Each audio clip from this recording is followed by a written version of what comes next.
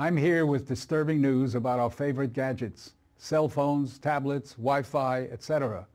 Putting it bluntly, they are damaging the living cells in our bodies and killing many of us prematurely. I'm Dr. Martin Blank from the Department of Physiology and Cellular Biophysics at Columbia University.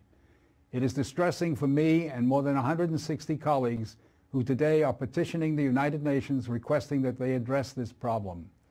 We are scientists and engineers, and I am here to tell you we have created something that is harming us, and it is getting out of control. Before Edison's light bulb, there was very little electromagnetic radiation in our environment. The levels today are very many times higher than natural background levels and are growing rapidly because of all the new devices that emit this radiation. An example that a lot of us have in our pockets right now is the cell phone. One study shows that as cell phone usage has spread widely, the incidence of fatal brain cancer in younger people has more than tripled. We are putting cellular antennas on residential buildings and on top of hospitals where people are trying to get well. Wireless utility meters and cell towers are blanketing our neighborhoods with radiation. It's particularly frightening that radiation from our telecommunication and power line technology is damaging the DNA in our cells. It is clear to many biologists that this can account for the rising cancer rates. Future generations, our children, are at risk. These biologists and scientists are not being heard on the committees that set safety standards. The biological facts are being ignored, and as a result, the safety limits are much too high. They are not protective.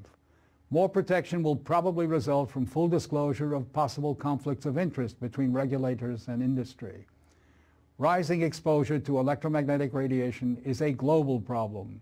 The World Health Organization and international standard-setting bodies are not acting to protect the public's health and well-being. International exposure guidelines for electromagnetic fields must be strengthened to reflect the reality of their impact on our bodies and in particular on our DNA.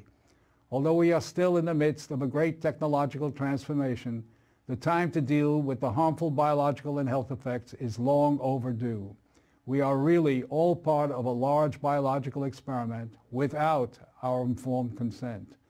To protect our children, ourselves, and our ecosystem, we must reduce exposure by establishing more protective guidelines. And so today, scientists from around the world are submitting an appeal to the United Nations, its member states, and the World Health Organization to provide leadership in dealing with this emerging public health crisis.